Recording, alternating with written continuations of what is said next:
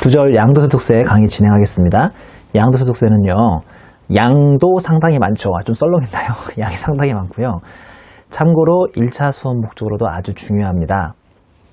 얼마 전에 어떤 학생이 우리 홈페이지에 양도소득세는 1차 목적으로 계산 문제보다는 말 문제 위주로 많이 나오니까 말 문제 위주로 접근하면 되지 않냐고 했던데요. 그건 완전히 오산입니다. 계산 문제도 많이 나오고 있습니다. 그리고 심지어는요, 세무사 1차 시험에서는 과거에 9문제 중에, 즉 소득세 9문제 중에 무려 3문제가 나온 적도 있습니다. 아무튼 회계사 시험이든 세무사 시험을 막론하고 1년에 1문제 정도는 꾸준히 나오고요. 많이 나오면 2문제, 세무사 1차는 최대 3문제까지도 나온 적이 있는 상당히 중요한 토픽이니까 잘 정리하셔야 하는데, 이 양도소득세를 학생들이 많이 어려워하시는데요. 실은 어렵다기보다는 길어요. 그리고 저랑 약속해요. 제발 우리 빈출유형 03 있죠?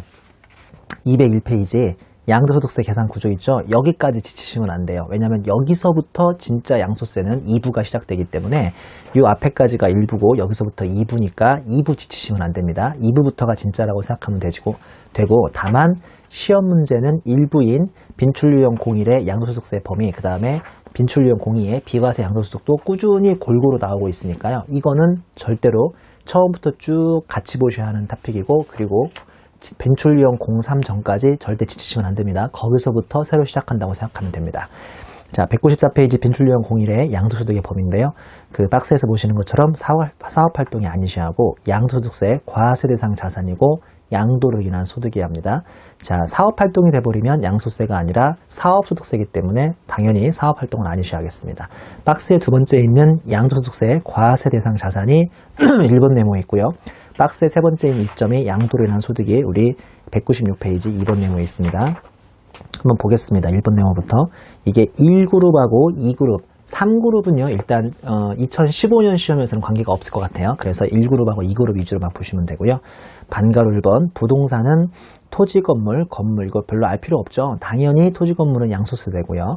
반가로 2번에 부동산에 관한 권리인데, 동그라미 1번, 향후 부동산을 취득할 수 있는 권리라고 해서 우리 어른들이 소위 이걸 딱지라고 하거든요. A에 보면 아파트 당첨권이라는 딱지 있고요. 그 다음에 토지 상한 채권, 그 다음에 주택 상한 채권인데, 우리 1차 수업 목적으로 굳이 뭔지까지 아실 필요 없어요. 그 다음에 B에 보시면 부동산 매매 계약을 체결한 자가 계약금만 지급한 상태에서 양도하는 권리, 이것도 우리 부동산을 취득할 수 있는 권리고요. 2번에 보면 향후 부동산을 이용할 수 있는 권리라고 해서 A의 등기 여부를 불문하고 지상권 전세권, 이거 A하고 B가 과거에 함정으로 나온 적이 있는데요.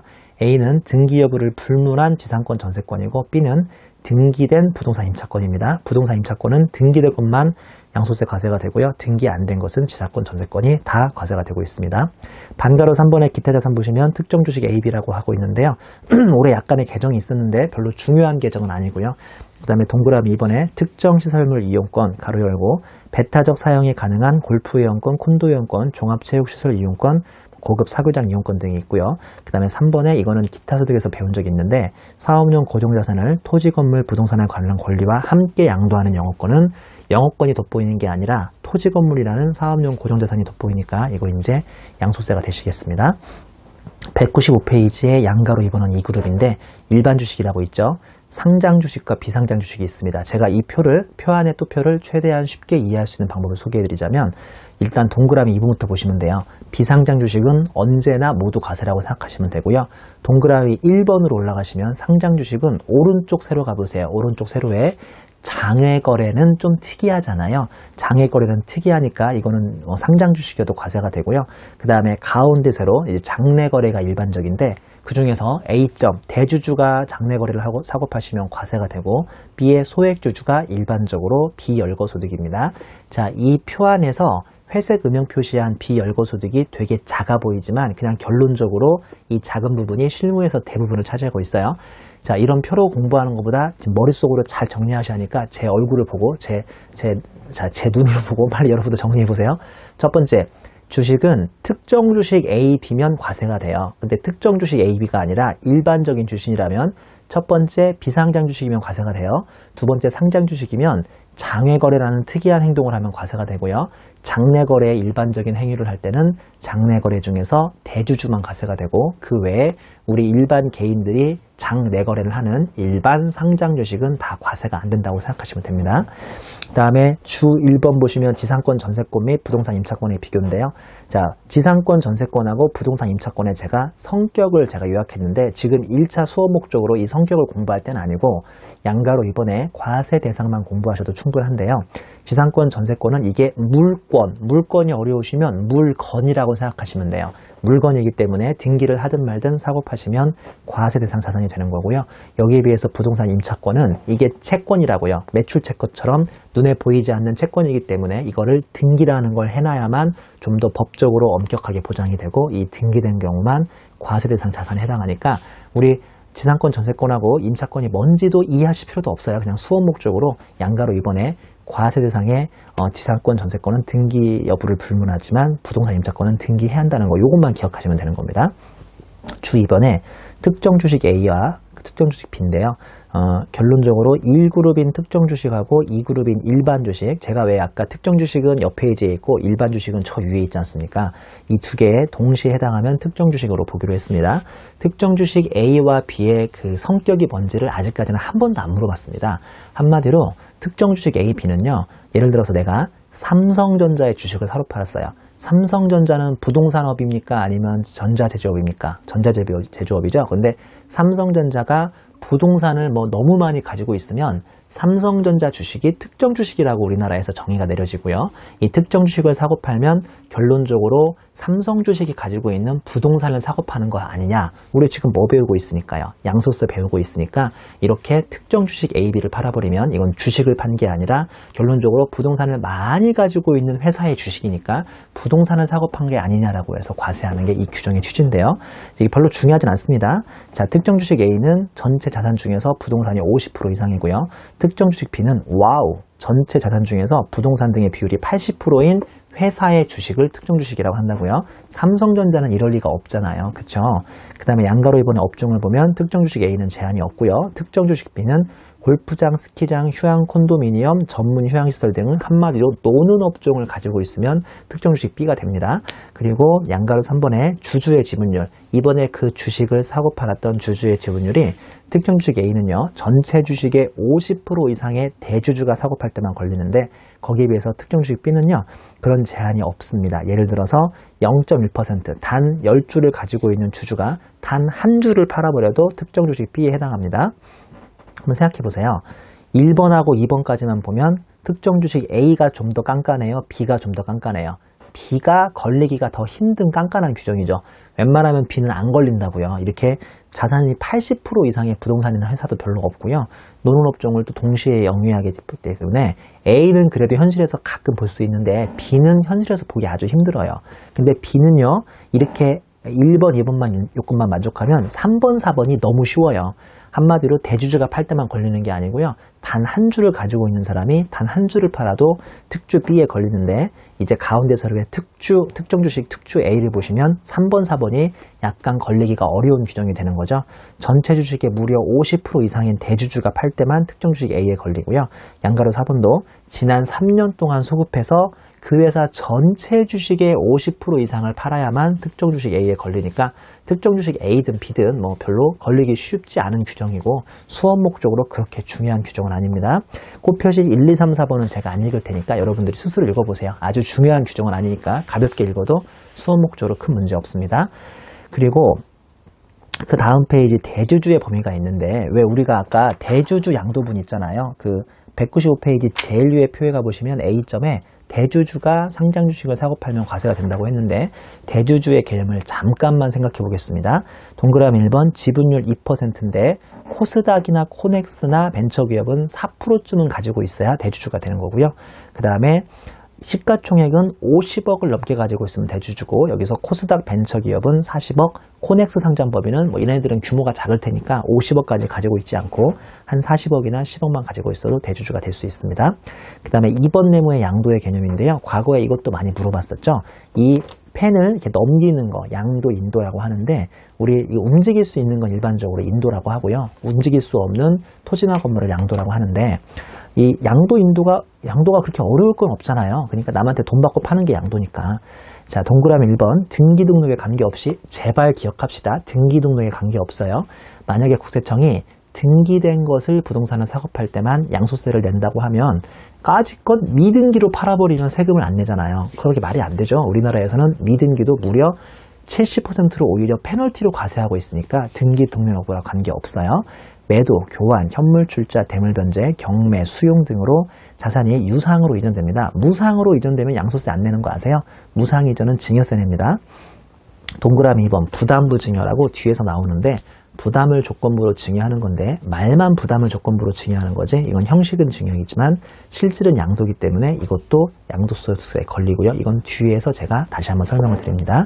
양가로 2번에 양도로 보지 않는 게 있는데 이건 과거에 1차 시험 목적에서 내용까지 아실 필요 없고 그냥 하나씩 키워드만 정리해도 충분히 합격점에 나올 수 있는 내용인데요.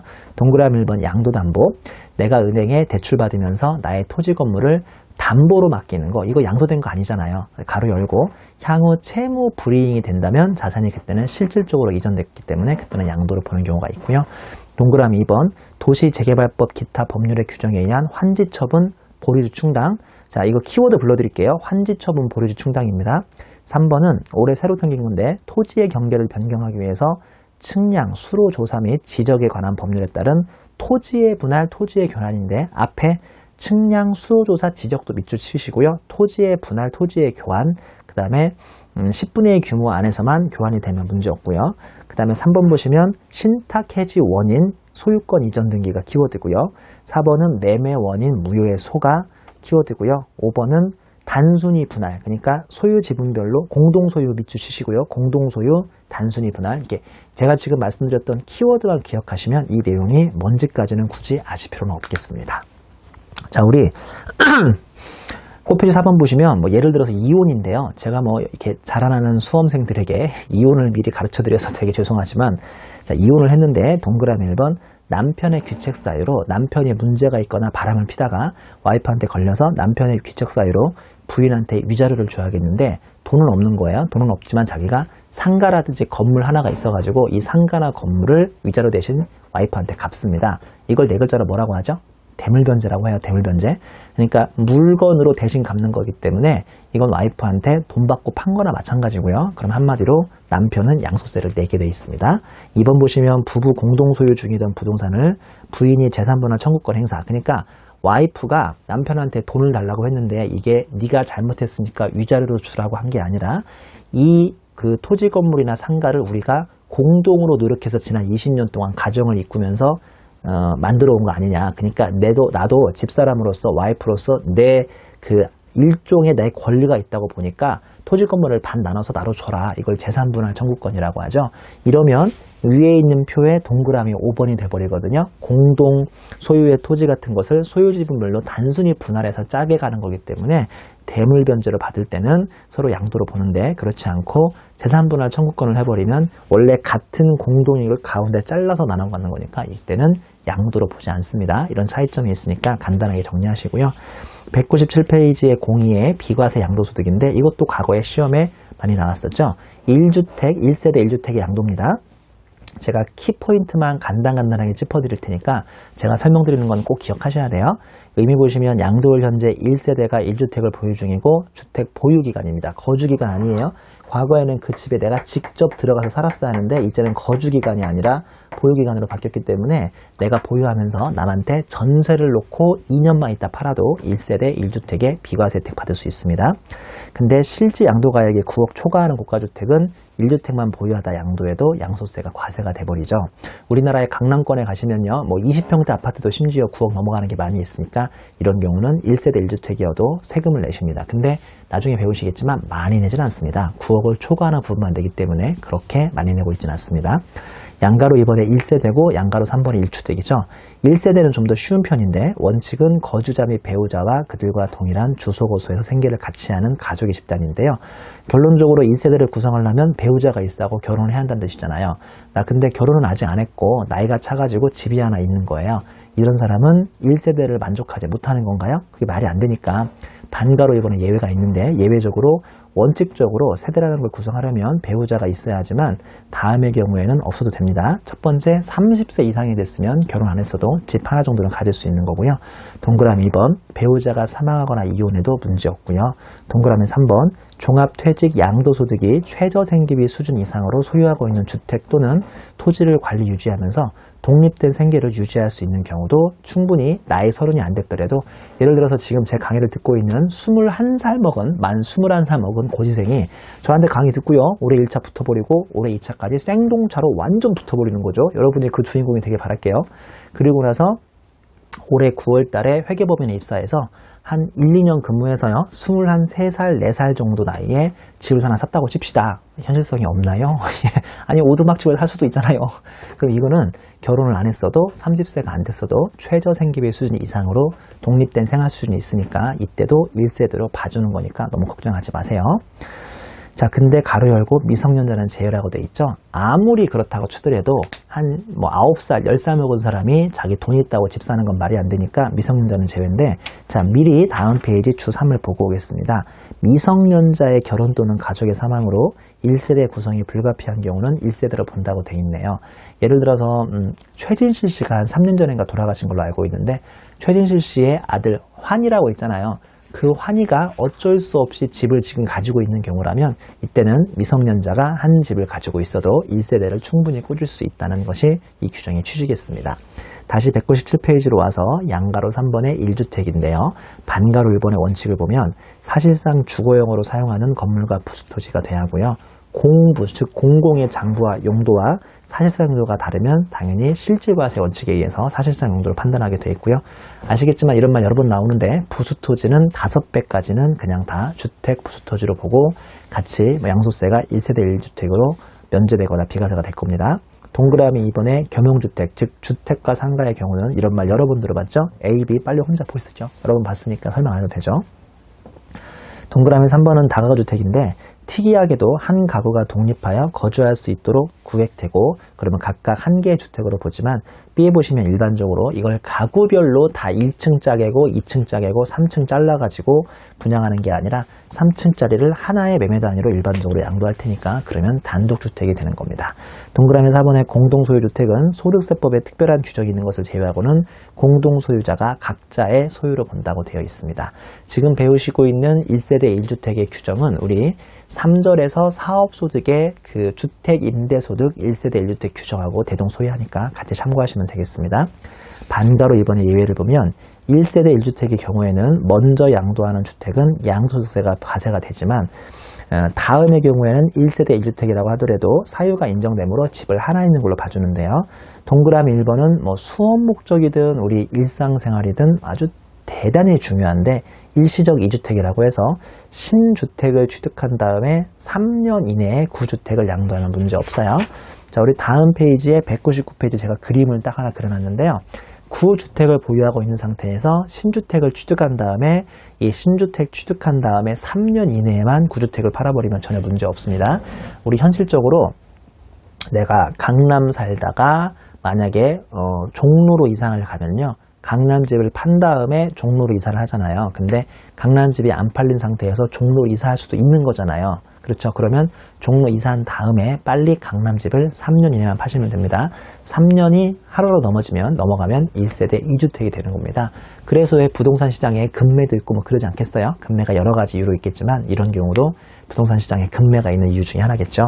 198페이지의 동그라미 2번, 직계존속 동거봉양 2주택 60세 이상 직계존속 동거봉양을 위해서 세대를 합친 후 5년 이내 양도하시면 문제 없습니다. 동그라미 3번, 혼인으로 인한 2주택이죠. 1주택 보유자 또는 무주택이나 동거 중인 직계존속이 1주택인 경우를 포함해서 아무튼 집이 하나가 가지고 있는 사람이 이번에 결혼했는데 남편, 이제 예비 신랑도 집이 있고 예비 신부도 집이 있는 거예요. 그러면 두 분이 결혼을 해서 빨리 5년 이내 집을 하나 파시면 문제가 없습니다. 자, 그 다음에 동그라미 4번, 동그라미 4번 보시면 장기 저당 담보주택 2주택이라고 해서 장기 저당 담보주택을 소유하고 있는 직계존속을 동거봉양하기 위해서 세대를 합침으로써 1세대 2주택 중 양도하는 경우도 문제 없고요. 그 다음에 동그라미 5번에 주택 임대사업자의 거주용 2주택이라고 해서 주택 임대사업자가 장기 임대주택과 거주기간 2년 이상인 거주주택을 가지고 있다가 거주주택을 양도하면 이때도 문제 없습니다. 자, 우리 동그라미 6번에 과거에 기출된 적이 있는데요. 지금부터 배우는 A, B, C, D, E의 이 특별한 사유로 주택을 가지고 있는 것과 일반 사유로 주택을 가지고 있는 것 중에 뭐부터 양도해야죠? 지금 배우실 6번은 순서가 중요한데요. 일반 주택을 먼저 양도해야 1세대 1주택 비과세가 됩니다.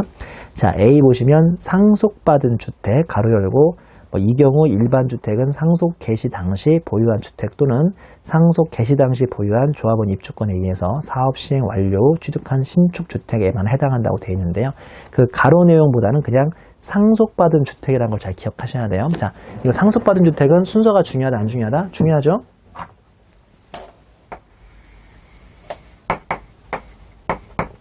내 집이라고 해요, 내 집. My house. 이번에 아버지가 사망하셨어요. 사망. 그래서 아버지 집이 나한테 왔어요. 상속으로. 나는 얼떨결에 집이 2개가 돼버렸죠. 이렇게 집이 2개 됐죠. 자, 그럴 때 시간이 흐르면서 내 거 먼저 팔아야 돼요? 상속받은 거 먼저 팔아야 돼요?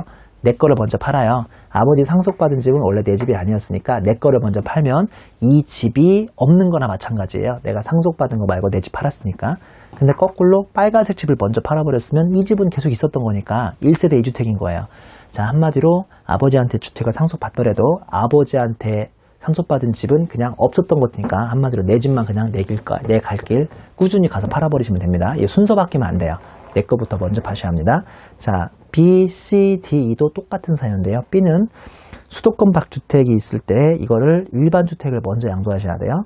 수도권 박주택은 괜히 있는 게 아니라 취약이나 근무상의 형편이나 질병, 요양 등으로 있었을 때 그거 먼저 파시면 안 되고요. 일반 주택 먼저 파셔야 하고요. 고양주택이 있어도 고양주택 말고 일반 주택 파셔야 하고, 농어촌 주택이나 지정문화재 주택이 있더라도 이걸 먼저 파시면 안 되고 그 갖고 있던 원래 것을 먼저 파시면 문제가 없습니다. 양가로 4번에 기본적으로 얘가 2년 이상 보유란 요건을 필요로 하는데 원칙 거주기간이 아니고 보유기간이 2년 이상이 되어야 1세대 1주택의 비과세 혜택이 있는데요. 특례 보시면 다음은 보유기간에 제한이 없다고 되어 있죠. 동그라미 1번 임차일부터 양도일까지 기간 중 세대 전원이 거주한 기간이 5년 이상인 건설 임대주택. 우리나라의 건설 임대주택이라고 있는데 우리나라 그 관련된 아파트 관련된 건축법에 따르면 1000가구, 2000가구 또는 1000세대, 2000세대 이상의 아파트를 지으면 일정 부분을 우리 건설 임대주택이라고 해서 임대하게 돼 있습니다.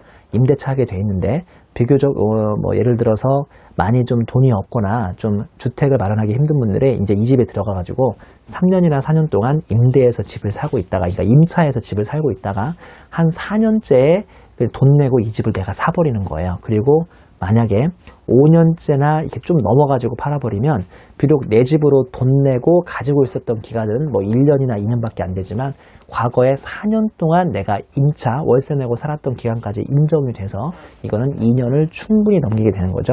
그래서 다시 설명드리자면 임차일부터 양도일까지 기간 중 세대 전원이 거주한 기간이 5년 이상이 되는 건설 임대주택은 내가 6년째든 7년째든 딱 1년 정도만 내 돈으로 사고 있다가 팔아버려도 문제가 없습니다. 동그라미 2번에 국외이주는 1년 이상의 국외 거주를 필요로 하는 취약 근무상 형편 등으로 세대원 전원을 추구하는 경우도 문제없이 1세대 1주택에 2년 이상 보유 특례를 적용할 수 있고요.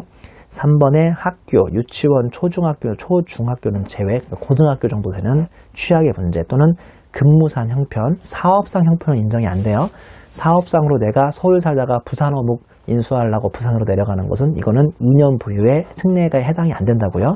그 다음에 1년 이상 장기 치료를 위하여 세대 전원이 다른 시군으로 이주하는 경우도 1년 이상 거주했다면 2년 이상 보유로 보고요. 그 다음에 4번에 협의 매수 수용.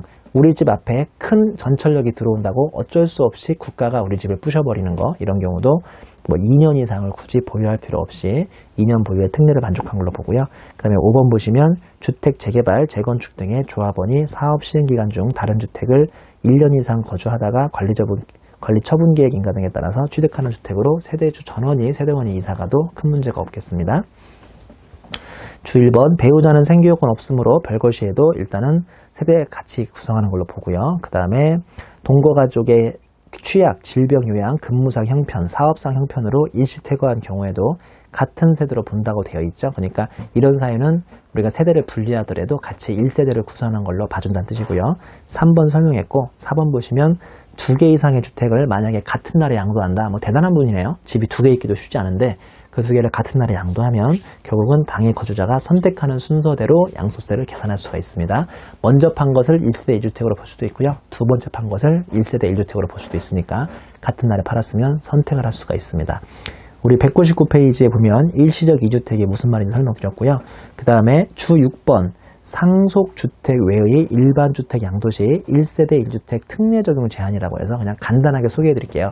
간단하게 보시면 우리 내가 그림에 보면 A주택을 가지고 있었고요. B주택을 상속받았어요. 그리고 A주택을 양도하면 문제가 있다 없다? 없다. 일반주택을 먼저 양도한 거니까. 뭐야 이거. C주택을 또 취득했어요? 그리고 C주택을 양도했어요? 이것도 문제 없나?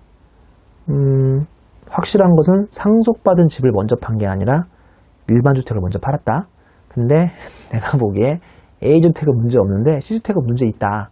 왜냐하면 C주택을 살 때부터 이미 상속받은 집이 하나 있었잖아요. 거짓말 하지 말고.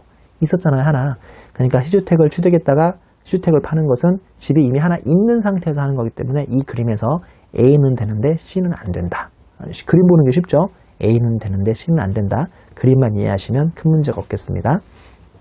자, 그리고 참고의 조합원 입주권 특례는 수업 목적으로는 중요하지 않으니까 그냥 한번 읽어보시는 걸로 마무리하겠습니다. 2번 내용의 기타 비과세는 그냥 제목 정도만 아시면 되는데요. 동그라미 1번 파산 선고에 의한 처분으로 인하여 받는 소득, 동그라미 2번 농지의 교환 분합으로 인해 발생하는 소득까지는 기타 비과세로 구성이 되고 있습니다. 우리 다음 페이지 200페이지 3번 내용에 비과세 감면의 배제, 아직까지는 시험에서 건든 적은 없어요. 그렇게 중요한 건 아닌데 양가로 1번 원래 미등기 양도자산에 대해서는 비과세나 감면을 배제하게 되어 있는데요. 다행히도 사정에 의해서 미등기로 보지 않는 케이스가 있는데 내용을 보면 다음은 합당한 사유가 있으므로 미등기 자산으로 보지 않는다고 되어 있네요. 1번 1세대 1주택에 해당하는 무허가주택. 내가 지금 등기를 내려고 해도요. 이 주택이 판자촌에 있는 무허가주택이어서 등기를 낼 수가 없는 경우죠. 이 경우는 등기가 안 돼 있어도 미등기로 안 보고요. 동그라미 2번 8년 이상 작용한 농지라고 해서 내가 스스로 8년 동안 스스로 경작하고 논밭을 일구고 있으면 이것도 등기가 좀 안 돼 있더라도 8년 이상 작용 농지도 미등기로 보지 않는 너무 다행인 특례가 있습니다. 3번은 농지의 교환 분합 대토고요. 그 이유로는 중요하지 않으니까 뭐 혼자 정리해 보세요. 한번 쭉 읽어보시면 됩니다. 1번, 2번, 3번 정도만 기억하시면 되고요. 양가로 이번에 허위계약서, 다운계약서나 업계약서라고 하는데 요새는 다 부동산을 사고파시면 실거래가를 국토교통부에 다 고시하게 돼 있어가지고 요새는 이렇게 장난치기 힘들어요. 근데 허위계약서나 다운계약서, 업계약서의 작성 시 비과세 감면 배제라고 해서 제가 내용만 간단히 읽어드릴 테니까 관심 있는 분만 예를 보시면 되는데 이렇게까지는 1차에서 안 나온다고 믿으시면 됩니다. 매매계약서의 거래가액을 실지거래가액과 다르게 적은 경우에는 해당 자산에 대하여 양도소득세의 비과세 또는 감면에 관한 규정을 적용할 때 비과세 또는 감면을 받았거나 받을 세액에서 다음의 금액을 차감해버립니다. 한마디로 허위계약서를 작성했는데 안 걸려가지고 용케 비과세나 감면을 받았던 거예요. 근데 걸려버리면 비과세나 감면 받은 거에서 지금부터 배울 금액을 차감해버린다고요. 한마디로 페널티를 주겠다는 의미인 거죠. 화살표 보시면 양도소득세 비과세 감면에 관한 규정을 적용받은 경우 비과세 감면에 관한 규정을 적용하지 않았을 때, 즉 네가 이 나쁜 놈아 비과세 감면을 안 받고 일반적으로 세금 냈을 때를 말하는 거죠. 적용하지 아니했을 경우 양도소득 산출세액과 매매계약서의 거래가액과 실지거래가액과의 차액 중 적은 금액을 빼버리게 돼 있습니다. 말로 보면 복잡한데 그 밑에 있는 예로 숫자로 보면 쉬운데요. 굳이 제가 이 계산 문제까지는 안 풀 테니까 이제 한번 간단히 보시면 되겠습니다. 자, 지치셨어요? 제가 지치지 말라고 그랬죠? 여기까지 지치지 않고 이제 201페이지의 빈출유형 03의 양소세의 계산 구조부터 이제 2라운드가 시작이 됩니다. 저도 지치지 말라고 하지만 공부할 때 많이 지쳤죠. 여기까지 오기도 힘들었는데요. 자, 여러분 제가 지금부터 써드린 거 외우셔야 돼요. 이걸 딱 외워버리는 순간 양소세가 여러분 바로 머리 안에 들어가십니다. 꼭 기억하세요. 양도가액에서 취득가액 빼시라고요. 그리고 기타 필경 빼세요. 양도가액에서 취득가액 빼요. 그리고 기타 필요경비 뺍니다. 그러면 양도 차익이 나와요. 쉬운 문제는 양도 차익까지만 물어봤던 문제도 상당히 많아요. 그 다음에 장기 보유 특별공제를 빼요. 그 다음에 양도소득 기본공제를 빼요. 그러면 1차 수준에서는 세율까지 안 물어보고 산출세율까지 안 나오거든요. 그냥 양소과표가 바로 이렇게 도출이 됩니다. 무슨 말인지 아시겠죠? 잘 보면 책에는 장기보유 특별공제를 뺀 다음에 양도소득금액 원, 양도차손 빼고 양소금액 특 나오는데 요 세 줄은 지금 전혀 보실 필요 없어요. 이 세 줄은 나중에 보자고요. 근데 가끔씩 좀 사이코 같은 시험 문제에서 양도소득금액, 양소금액을 물어본 문제가 있었어요. 그러니까 양소금액이 위치가 어딘지는 아셔야 돼요. 위치가 이 자리냐, 이 자리냐, 이 자리냐. 양소금액은 여기가 위치입니다. 위치 정도는 아셔야 돼요. 자, 요거는 좀 꼭 암기하셔야 돼요. 요거 암기 못하면 계산 문제 안 풀려요. 꼭 암기합시다. 선생님, 요새 시험도 얼마 안 남아가지고 다른 것도 머리 터져 죽겠는데 이걸 어떻게 암기합니까? 왜? 이거 왜 못합니까? 자, 두 자식 암기하십니다. 양도에서 취득을 빼요. 예전에 1억에 샀는데 이번엔 3억에 팔았어요. 그럼 양도 차익 얼마 나와요? 2억 나오잖아요. 2억. 자, 근데 거기에 부동산 중개 수수료 등의 필요경비가 들어갔어요. 여기에는 자본적 지출을 포함하는 거죠. 엘리베이터 같은 거 설치한 거. 그러면 이게 필요경비가 만약에 1,000만 원만 들어가도 이게 1억 9천으로 바뀌잖아요. 이게 뭐가 어려울까요? 1억 9천으로 바뀝니다. 자, 그리고 장기보유 특별공제라고 3단 구구단 또는 8단 구구단 오래 가지고 있으면 오래 가지고 있을수록 양도 차익 많이 나니까 이거 빼주는 제도 있죠? 그러면 양소금액 나와요. 여기서 양도소득 기본공제라고 해서 그룹별로 250만 원 빼주는 제도 있잖아요. 그렇게 하면 양소과표가 나오니까 이 정도는 외우셔야 하는데, 자, 양도에서 취득 빼고 필경 빼면 차익 나와요. 그 다음에 특공 빼고 기공 빼면 과표 나옵니다. 이거 14글자밖에 안 되거든요. 14글자를 외울 수 있잖아요. 양도에서 취득 빼고 그리고 필경 빼시면 차익 나오고요. 다시 거기서 특공 빼고 기공 빼면 이제 과표 나오니까 이 정도는 좀 외워줍시다. 이 정도는 충분히 외울 수 있어요. 여러분 머리 좋으시니까. 자, 주 1번 내려가시면 양도가액 및 취득가액의 산정 원리라고 해서 왼쪽 세로가 양도가액, 오른쪽 세로가 취득가액, 가운데 세로가 취득가액, 오른쪽 세로가 기타 필요경비입니다. 저 위에 있는 세 개를 지금 공부하는 건데요. 양도가액, 실사감기, 그냥 간단하게 실사 감 기를 외워버릴까요? 나중에 회계사 세무사 돼가지고 혹시나 실사하러 가면요, 12월에 가니까 감기 걸리기 쉬워요. 실사감기. 실제 매매 사례 감정가액 기준시가에서 실사감기 정도는 암기하시기예요. 실사감기. 자, 그리고 취득가액도 똑같은데요. 실사 감기인데 내가 양도했을 때 기준시가 하면 무조건 기준시가도 하셔야 하고요. 양도했을 때 실사감 중에 하나 하면 취득했을 때도 실사감을 순서대로 있는 것부터 자, 이렇게 하시면 안 되는 거예요. 이번에 양도할 때 매매 사례가액으로 했다고 해서 10년 전 취득했을 때도 무조건 매매 사례가액으로 하는 건 아니고요. 이 중에 하나로 양도할 때 했으면 취득할 때 10년 전 것은 순서대로 있는 것부터 하시는 거죠. 순서대로 있는 것부터.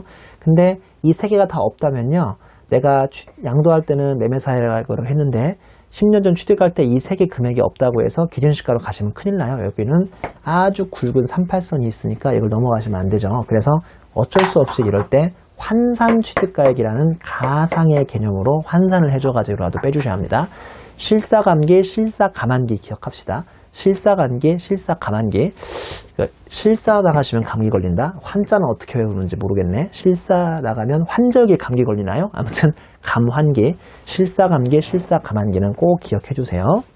자, 그 다음에 기타 필요경비라고 해서 이것도 특이한데 이게 실제 거래가액으로 취득가액을 했을 때만, 취득가액을 실제 거래가액으로 했을 때만 필요경비도 실발생 필요경비가 되고요. 실발생 필요경비가 되고, 이게 아니라면 나머지 애들은 다 뭘로 가시냐면 그냥 필요경비 계산공제라고 해서 뭐 3% 정도 빼주는 대충 계산, 이 계산이 요 계산이 아니라 대충 대개라고 해서 요 계산이죠. 계산공제로 그냥 대충 빼주는 제도가 있으니까 요 연결되는 화살표들을 잘 따라가셔야 무슨 말인지 이해하기가 쉽습니다. 동그라미 1번 실질거래가액 원칙, 동그라미 2번 동일기준 적용 원칙이어서 양도할 때 실사감 중에 하나였으면 취득가액도 실사감환 중 하나 하셔야 하고요. 양도가액이 기준시가면 실질 취득가액은 반드시 기준시가, 이거를 동일기준 과세원칙이라고 합니다. 동그라미 3번 취득가액이 실취득가액이면 필요경비도 실발생 필요경비 하고요. 그 외의 방법이면 그냥 계산공제라는 걸 하는 겁니다. 꽃표시 1번의 각 개념의 정의인데 과거에 한두 번 물어본 적이 있습니다. 이것까지. 매매사일가액, 양도일 또는 취득일 전후 3개월 이내에 해당 자산, 주권상장법인은 제외고요. 즉 상장법인은 제외고 동일성, 유사성 있는 자산의 매매 사례가 있으면 그 가액을 쓰라는 소리고요.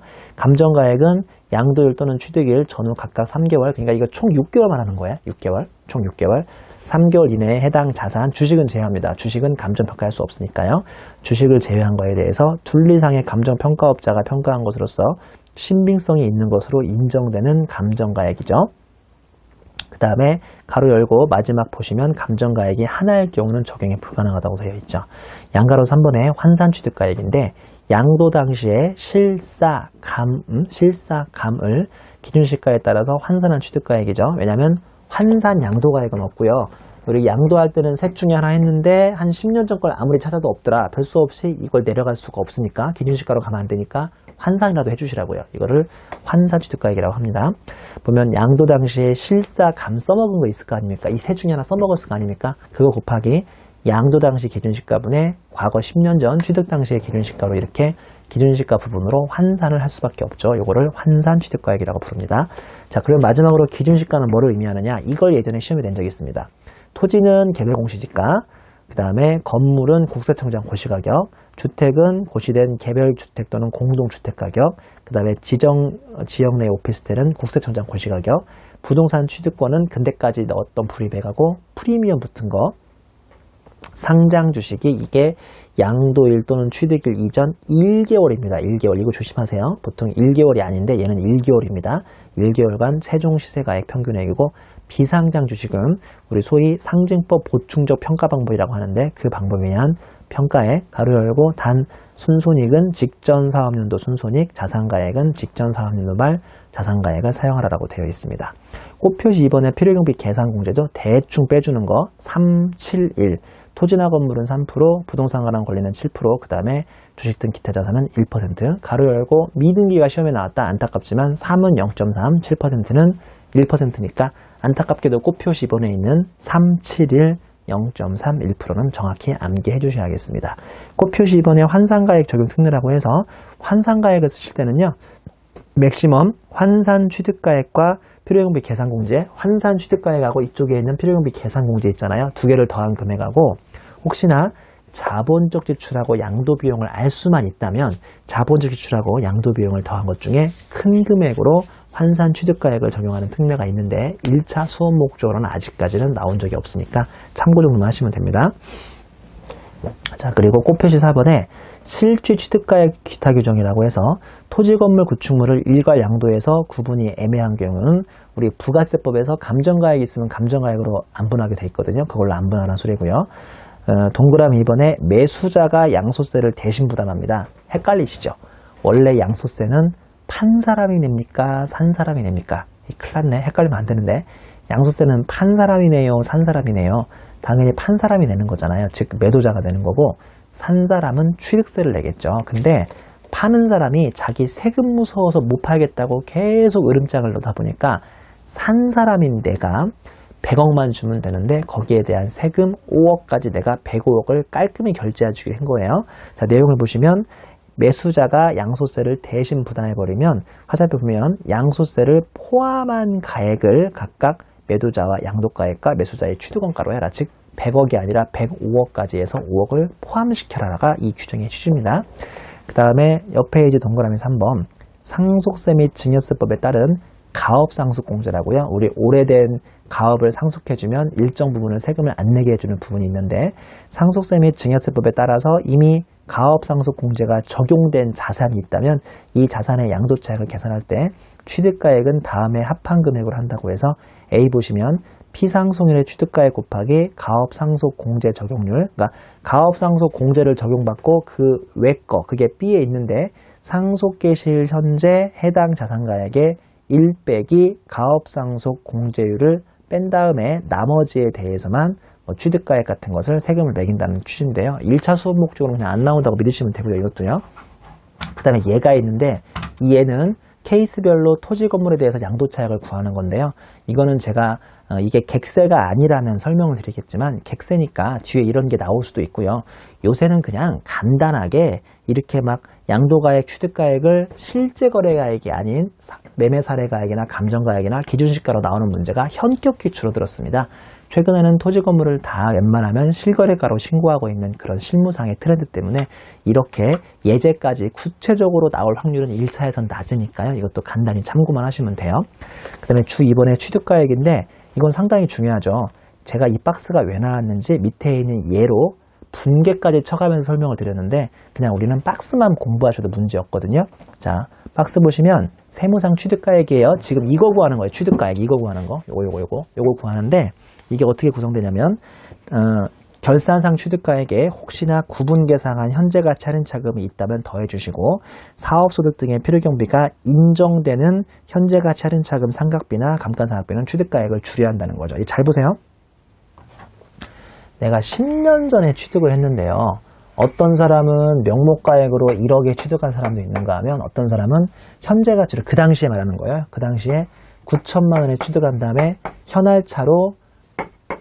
현재가치 9천만 원에 현할차로 1,000만 원을 잡아놓은 사람도 있을 거예요. 10년 전만 얘기하는 겁니다. 그러면 10년 후에 이 토지 건물을 3억에 판다면 A 방법으로 쓴 사람이든 B 방법으로 쓴 사람이든 결론적으로 뭐는 같이 나와야 돼요? 양도차익이나 양소과표는 같이 나와야 하니까 A 방법으로 쓴 사람은 여기다 1억 집어넣으시면 되고요. B 방법 쓴 사람은 보시다시피 결산상 취득가액인 9천만 원에 구분계상한 현재가치 할인차금까지 싹 다 더해서 결론적으로는 1억을 내란 소리입니다. 그러니까 A 방법 쓴 사람은 1억에다가 그냥 0 집어넣으라는 소리고요. B 방법 쓴 사람은 그냥 결산상에 9천만 원 잡은 거하고 현재가치 할인차금까지 더해서 이렇게 1억을 갖다 놓으라는 소리니까 이거 어려운 말 아니죠? 자, 근데 문제는 뭐냐면요. 이 사람이 장사하는 사람이었다고 쳐요. 지난 10년 동안 이 토지 건물로 어떤 비용을 인정받았겠습니까? 현재가치 할인차금을 상각해 가면서 계속 이자 비용 인정받았을 것이고요. 이 1억짜리를 만약에 20년 동안 내용연수로 상각을 하면 지난 10년 동안 이미 또 5천만 원 정도의 감가상각비를 인정을 받았을 건데 이 사람의 제가 전제가 사업하는 사람이라고 했잖아요. 그러니까 이미 이런 비용은 어디서 뭘로 인정받았겠어요? 자신의 사업소득에서 필요경비로 인정받았을 테니까요. 이미 다 재미본 금액을 여기서 또 빼줘 버리면 너무 양도차익이 줄어들 테니까요. 미안하지만 취득가액을 그만큼 늘려야 한다, 줄여야 한다? 취득가액을 줄여버려야 한다. 그래야 뭐가 크게 나오니까 양도차익이 크게 나오니까 이거 어려운 규정 아니다. 잘 다시 한번. 내가 지금 사업하는 사람이라고요. 이거 10년 전에 1억에 사가지고 이미 재미를 봤다고요. 무슨 재미 봤냐면 현재가치 할인차금 상각액으로 이자 비용 재미 봤고 감가상각으로 이미 감가상각비 재미를 봤어요. 그것 때문에 10년 동안 사업소득을 크게 냈다 적게 냈다. 당연히 적게 냈을 테니까 이제라도 또 양도차익을 더 키워줘야지 양도차익을 더 줄여줘 버리면 또 세금을 조금 내니까 이중혜택일 거 아닙니까? 그래서 양도차익을 줄이기 위해서 양도차익을 늘리기 위해서 취득가액을 더 줄여버려야 한다는 거죠. 그래서 결론적으로 이 박스가 나오는 건데요. 박스의 첫 줄은 10년 전 취득했을 때 얘기고요. 박스의 두 번째 줄은 지난 10년간 이미 비용 인정받은 거 있으면 그 비용 인정받은 것을 빼버려서 세무상 취득가액을 줄여야 양도차익을 키우고 이 사람한테 너무 많은 혜택을 주지 않는다는 게 이 규정의 취지입니다. 자, 그 밑에 이제 주 3번이 있는데요. 주 3번에 기타 필요